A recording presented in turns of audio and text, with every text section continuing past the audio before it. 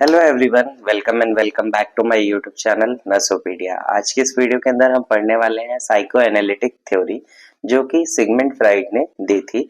ये थ्योरी है personality development पे कि कैसे कैसे स्टेजेस में पर्सनालिटी का डेवलपमेंट होता है।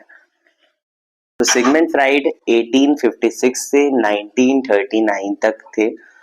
Was an Australian neurologist. ये क्या थे? ऑस्ट्रेलियन न्यूरोलॉजिस्ट थे, जिन्हें हम फादर ऑफ साइको एनालिसिस बोलते हैं, क्योंकि इन्होंने साइको एनालिटिक थ्योरी दी है, इसलिए इनको हम फादर ऑफ साइको एनालिसिस बोलते हैं। Freud did not believe there is any supernatural force that affect the way we think or has pre-planned us behave in certain way। यानी कि सिगमंड फ्रूड क्या है, वो बिलीव नहीं करते थे कि कोई भी सुपर नेचुरल फोर्स है जो कि हमको अफेक्ट करती है हमारी वे ऑफ थिंकिंग पर, वे ऑफ थिंकिंग को, या फिर ऐसा कोई प्री प्लान्ड प्रोग्राम नहीं है हमारे अंदर की जो कि हमारे बिहेवियर को अफेक्ट करता है।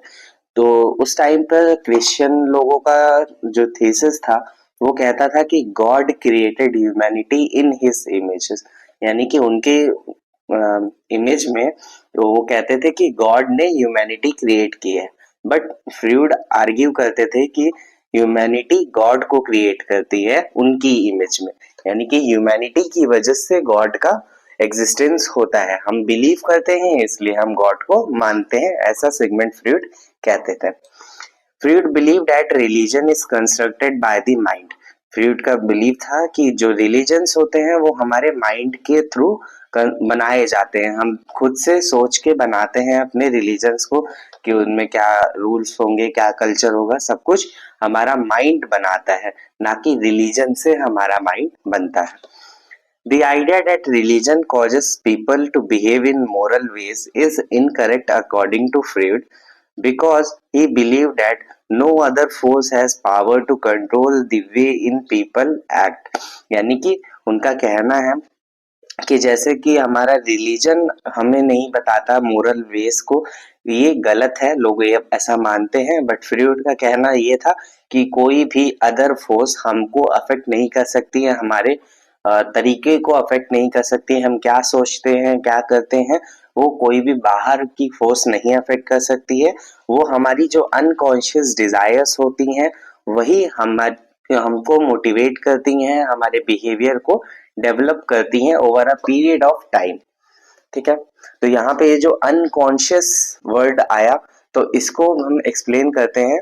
उन्होंने एक्सप्लेन किया था लेवल्स ऑफ कॉन्शियसनेस। ठीक है, तो उसके अंदर अनकॉन्शियस, कॉन्शियस, सबकॉन्शियस को एक्सप्लेन किया था फ्रूड ने, तो वो हम समझते हैं। ठीक है, according to him human mind is divided into 3 levels. ठीक है, कॉन्शियस, सबकॉन्शियस, या सबकॉन्शियस को ही प्री कॉन्शियस भी बोला जाता है, और unconscious mind. These level explains how thoughts, feelings and memories influence our behavior। ठीक है, मतलब ये जो लेवल्स होते हैं वो हमारे थॉट्स को, फीलिंग को अफेक्ट करते हैं, हमारे बिहेवियर को अफेक्ट करते हैं, जिससे हम क्या है डायरेक्टली अवेयर नहीं होते हैं, ये अनकॉन्शियस होता है। ठीक है, जिस चीज से अवेयर हम नहीं होते वो सारी चीजें क्या होती हैं, अनकॉन्शियस होती हैं। तो उसे और अच्छे से मैं एक्सप्लेन करता हूँ। जो कॉन्शियस माइंड होता है, it includes all memories that remains with in individual awareness, यानी कि वो सारी यादें जो हमारे अवेयरनेस में है उसे हम कॉन्शियस माइंड बोलेंगे। It is smallest of 3 category, यानी कि ये सबसे छोटा पार्ट होता है इन तीनों कैटेगरी का। It operates under the control of ego. ये क्या है, ईगो के अंडर कंट्रोल में ऑपरेट किया जाता है। इड ईगो, सुपर ईगो मैंने आपको पहले पढ़ा रखा है, इस वीडियो में भी हम बता देंगे आपको। ठीक है, फिर से बता देंगे, अभी थोड़ा सा वेट कर लो। मतलब इतना जानो कि बस कॉन्शियस माइंड क्या है, ये ईगो के कंट्रोल से ऑपरेट किया जाता है। नेक्स्ट फिर pre conscious mind. Pre conscious mind क्या है, memories those have been partially forgotten but with attention can be easily recall with in consciousness, यानी कि ऐसी मेमोरीज जो कि पार्शियली मतलब आधी तौर पे तो हम भूल चुके हैं, बट अगर हम थोड़ा ध्यान देते हैं, रिकॉल करने की कोशिश करते हैं तो वो हमारे कॉन्शियसनेस में वापस से आ जाएगा। It under control of super ego, ये क्या है, सुपर ईगो के कंट्रोल में होता है। जो भी बुरी चीजें होती हैं वो हम भूल जाते हैं इजिली, और जो अच्छी बातें होती हैं उसे याद रखते हैं। ये क्या है, एक वॉचमैन की तरह या गेट कीपर की तरह काम करता है कि जो भी पेनफुल चीजें हैं, जो भी डिस्टर्बिंग मेमोरीज हैं, उनको ये कॉन्शियसनेस में नहीं आने देता है, और जो भी अच्छी बातें होती हैं उन्हें कॉन्शियस मेमोरी के अंदर आने देता है। मतलब एक दरवाजे पे खड़ा रहता है कि गेट खोल देता है, तो जो भी चीजें हैं अच्छी वो अंदर चली जाती हैं हमारे कॉन्शियस माइंड के अंदर, और जो भी बुरी बातें होती हैं उनको गेट बंद करके बाहर ही रखता है। ठीक है, ऐसे आप समझ सकते हो। नेक्स्ट फिर थर्ड पार्ट होता है हमारा दी अनकॉन्शियस माइंड। ठीक है, जितनी भी अनप्लीजेंट यानी कि जो हमें दुख देती हैं, ऐसी जो भी मेमोरीज होती हैं या जो एसेंशियल नहीं है हमारे लिए, जो उतनी जरूरी नहीं है, इम्पोर्टेंट नहीं है, उन्हें कॉन्शियसनेस में लाने नहीं देता है, उसी को हम अनकॉन्शियस माइंड कहते हैं। ठीक है, it is largest part of mind, ये क्या होता है, सबसे बड़ा पार्ट होता है माइंड का। It also called store house of the memories, इसे हम क्या बोलते हैं, store house of the memories. यहाँ पे सारी बातें जो पुरानी चीजें होती हैं वो सब याद रहती हैं। ठीक है, लेकिन वो हमारे अवेयरनेस में नहीं आ सकता है नॉर्मली। ठीक है, उसके लिए आपको क्या कुछ थेरेपीज का यूज करना पड़ेगा, जैसे हिप्नोसिस या नार्को एनालिसिस होता है, आपने सुना होगा। पुलिस इन्वेस्टिगेशन में नार्को एनालिसिस हो रहा है, सीबीआई इन्वेस्टिगेशन में इस बंदे का नार्को एनालिसिस किया जाएगा। तो उस वो इसीलिए किया जाता है, जो भी अनकॉन्शियस माइंड में जो चीजें होती हैं वो हमारे कॉन्शियसनेस में वापस आ जाती हैं इन थेरेपीज के through. The level of mind that best portraits one's attitude, ये क्या है, सबसे बेस्ट लेवल है माइंड का जो कि किसी भी इंसान का एटीट्यूड बनाता है over a long period of time. वो उसके बिहेवियर को अफेक्ट करेगा, फीलिंग्स, डिजायर्स जो भी होंगी अनकॉन्शियस माइंड में। Unconscious material expressed through dreams, that's why dreams are called royal roads of unconscious mind। यानी कि जो भी अनकॉन्शियस चीजें होती हैं वो हमारे ड्रीम्स के थ्रू, सपने के थ्रू आती हैं अवेयरनेस के अंदर, इसीलिए सपनों को, ड्रीम्स को बोला जाता है royal road of unconscious mind. अब साइको एनालिटिक थ्योरी क्या थी? Sigmund Freud's psychoanalytic theory of personality argues that human behavior is the result of interaction between three parts of the mind। ठीक है, तो ये थ्री पार्ट्स कौन कौन से हैं? id, ego and super ego. तो इन तीनों पार्ट के इंटरेक्शन की वजह से, इन तीनों के बैलेंस की वजह से ही पर्सनैलिटी का डेवलपमेंट होता है। Freud believes that psychic energy is the force for mental functioning, यानी कि जो साइकिक एनर्जी होती है, एक अंदर से डिजायर्स होती हैं, जो नीड्स होती हैं, वही हमारे मेंटल फंक्शन को अफेक्ट करती हैं। जैसे कि the psychic energy originate in the form of id, ये जो साइकिक एनर्जीज होती हैं, मैंने बताया इड या इड जो हमारे नीड्स और डिजायर्स को सेटिस्फाई करता है, तो ये साइकिक एनर्जी कहाँ से आती है? इड से आती है, which later diverted in the form of ego and super ego, जो आगे जाके ईगो और सुपर ईगो में बदल जाती हैं। तो अब हम समझते हैं ईगो और सुपर ईगो क्या होता है। स्ट्रक्चर ऑफ पर्सनालिटी, ठीक है, इड, ईगो, सुपर ईगो। तो इड क्या होता है? It is the basic part होता है, ये प्राइमरी प्रोसेस ऑफ थिंकिंग इसे हम बोलते हैं। ये बर्थ से ही प्रेजेंट होता है और ये थोड़ा सा सेल्फिश टाइप का होता है। ठीक है, यानी कि इसकी स्टेटमेंट क्या होती है, ये मतलब खुद का फायदा देखता है। ठीक है, बाकी और दूसरों का नुकसान हो उससे इसे फर्क नहीं पड़ता है। Id component work on pleasure principle, ये किस प्रिंसिपल पे काम करता है? प्लेजर प्रिंसिपल पे, कि मजा आना चाहिए, कुछ जो भी चीज है सेटिस्फाई होनी चाहिए। ठीक है, जो भी नीड्स है हमारी, जो भी डिजायर्स है।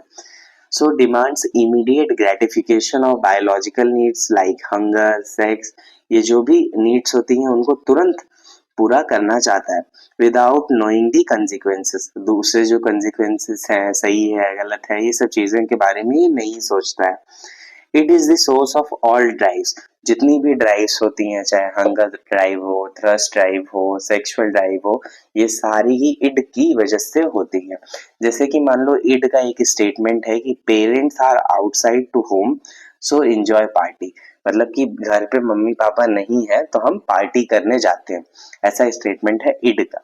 यहाँ पे बस वो अपनी डिजायर्स पे, अपनी जो उसका प्लेजर है उस पे काम कर रहा है, उसे और चीजों से फर्क नहीं पड़ रहा है कि हाँ पड़ोसी देख लिए तो वो अगर बता दिए मम्मी पापा से तो, या फिर हम जहाँ गए वहां कोई मिल गया और उसने बाद में जाके कंप्लेन कर दी, तो ये सब चीजें वहां नहीं सोच रहा होता है, ठीक है। नेक्स्ट फिर ego. Ego part of personality starts to develop between the age of 4 to 6 month. जो 4 to 6 मंथ की एज होती है वहां पे ये ईगो डेवलप होना शुरू करता है। Ego works on reality principle. Ego कहाँ पे वर्क करता है? रियलिटी प्रिंसिपल पर वर्क करता है। Primary work of ego is of the mediator between demand of id and ideality of superego, like an executive of company who mediate between his manager and public। यानी कि क्या है, ego का काम क्या है, ये बीच वाला है, ठीक है। एक साइड इड रहता है, बीच में ईगो रहता है, ये मीडिएट करता है, और एक साइड सुपर ईगो होता है, ठीक है। सुपर ईगो ये बीच में मीडिएट करने का काम करता है। जैसे कि मान लो कोई बड़ी कंपनी है तो वहां का सुपर ईगो मान लो मैनेजर है, ठीक है। अब बीच में एक एग्जीक्यूटिव होता है और यहाँ पे पब्लिक होती है, तो पब्लिक और मैनेजर के बीच में एक एग्जीक्यूटिव है ना, वही हमारा ईगो है, ठीक है। यानी कि ये मीडिएट करेगा बीच में, ठीक है। ये क्या है, सेकेंडरी प्रोसेस ऑफ थिंकिंग होता है। जैसे कि मान लो इसकी स्टेटमेंट क्या होगी, थोड़ा सा सोचेगा, रियलिटी पे सोचेगा कि parents are outside to home so it's risky to go outside.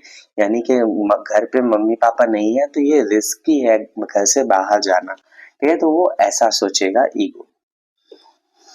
Next फिर सुपर ईगो। सुपर ईगो क्या है, ये डेवलप होता है लेट एज में, जैसे कि 3 से 6 साल की एज में डेवलप होता है। Super ego develops by internalization of values and morals of primary caregivers।